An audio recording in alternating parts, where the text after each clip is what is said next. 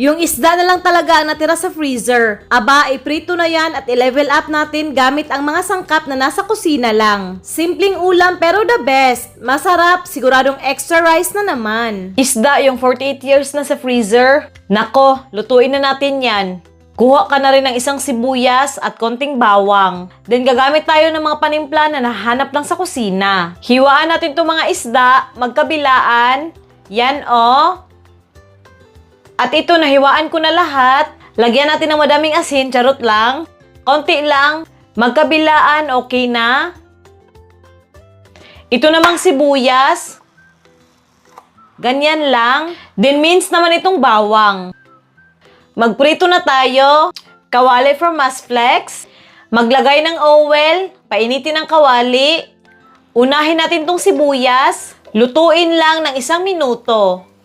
Ito na, after 1 minuto, hanguin na muna natin. Gising na yung anak ko, so pwede na ako magsalita. Itabi muna natin to. Magdagdag lang ako ng mantika pang prito. It's time to cook. Takpan ko lang kasi matalsik to eh. I-check natin yung mga hindi na fresh na isda. Buti na lang no fresh tayo. Baliktarin natin to. Para kabilang side naman. Yan, hanggang mag-brown lang. Yan, at luto na yung mga fishy. Okay naman na to, hanguin na.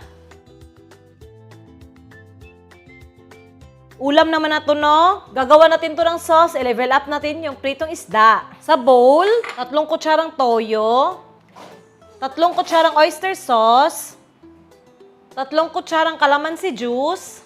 3 kutsarang tubig. Kalahating kutsara ng asukal pang balance ng lasa. Paminta. At yung 3 cloves na bawang na hiniwa natin kanina.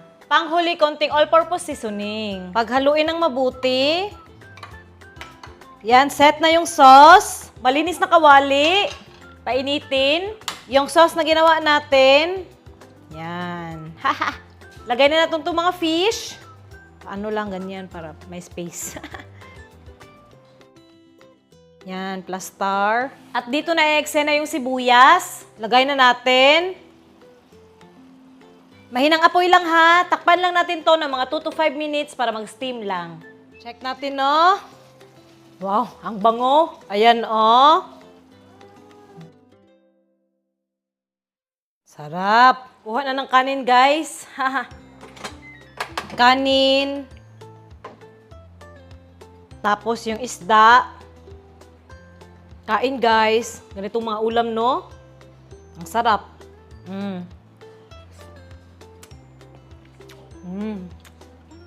Mga simpleng ulam, mga lutong bahay, grabe, the best talaga.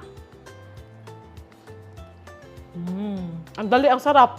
Tapos yung mga ingredients nasa bahay lang, no?